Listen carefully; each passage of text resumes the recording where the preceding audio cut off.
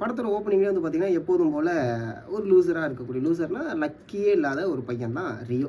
அவரோட வாழ்க்கையில் வந்து பார்த்திங்கன்னா ஒரு எக்ஸாம்பிள் கூட வச்சுருப்பாங்க. பிரியாணியில் போடுற ஏலக்காய் மொத்தமுமே அவருடைய தட்டில் தான் வரும் அப்படிங்கிற மாதிரியான ஒரு எக்ஸாம்பிள் வச்சுட்டு நகர்ந்துட்டுருப்பார். அதுக்கான காரணம் என்னென்னு பார்த்தீங்கன்னா, அவருக்கு வந்து பொண்ணே கிடைக்காது. கல்யாணத்துக்காக பார்த்துட்டு இருப்பாங்க, பட் பொண்ணு கிடைக்காது. இந்த ஒரு டைம் பீரியட்லாம் வந்து பார்த்திங்கன்னா ரியோ வந்து ஒரு பொண்ணை பார்க்குறாங்க. அந்த பொண்ணு வந்து 6 மணிக்கு மேலே வந்து நான் வெளில வர மாட்டேன், எங்கள் வீடு ரொம்ப ஸ்ட்ரிக்ட்டு அப்படின்னு சொல்கிறாங்க. அது ஏன், எதுக்காக, ரியோவோட லைஃப்பில் இந்த கல்யாணம் நடந்துச்சா நடக்கல, அதாவது ராமுடைய லைஃப்பில், ரகுராமுடைய லைஃப்பில் கல்யாணம் நடந்துச்சா நடக்கலையா அப்படிங்கிறதான் கதை.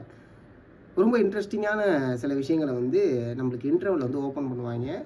நம்ம ப்ரெடிக்ட் பண்ணுவோம் ஒரு விஷயம், பட் ஆனால் அதில் அன்பிரடிக்டபுளாக சில விஷயங்களை வந்து இன்டர்வலில் இருக்கும்போது அந்த இன்டர்வல் வந்து ரொம்ப லாஃப்டராக இருந்துச்சு.